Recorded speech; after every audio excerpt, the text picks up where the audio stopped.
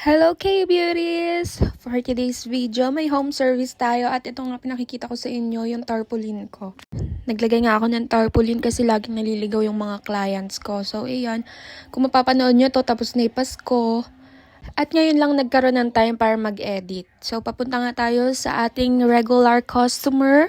Walang iba kundi si Mengay Vlog ang ating home servicean. So, ayan, nagpapanulis siya.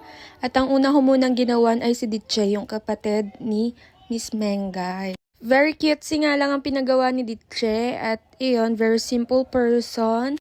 At bagay na bagay. Wow! So, while waiting, lumapit sa akin tukuting-ting na rin, alagang pusa ni Miss Mengay at nakikipagharutan nga sa akin. Hindi ko na nga na-videohan yung mga susunod na nangyari, pero nagawan ko na rin si Miss Shira Vlogs at ang pinsa ni Miss Mengay.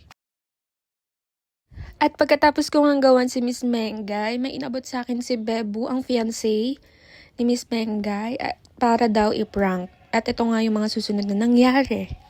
At kung gusto nyo palang mapanood yung full video ng prank nila, punta na lang kayo sa mismong page ni Miss Mengay. Kapit sa lang.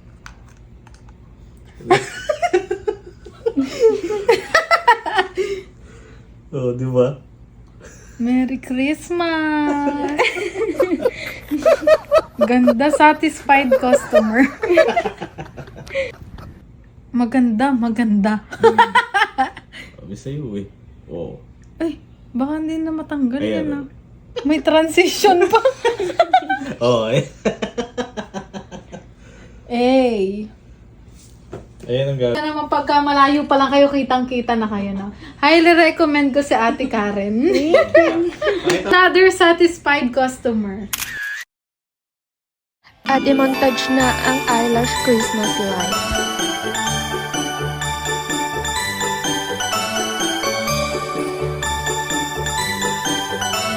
Sobrang satisfied po ako.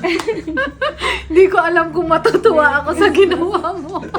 Thank you so much and Merry Christmas. Salamat! Thank you, Miss Mengay.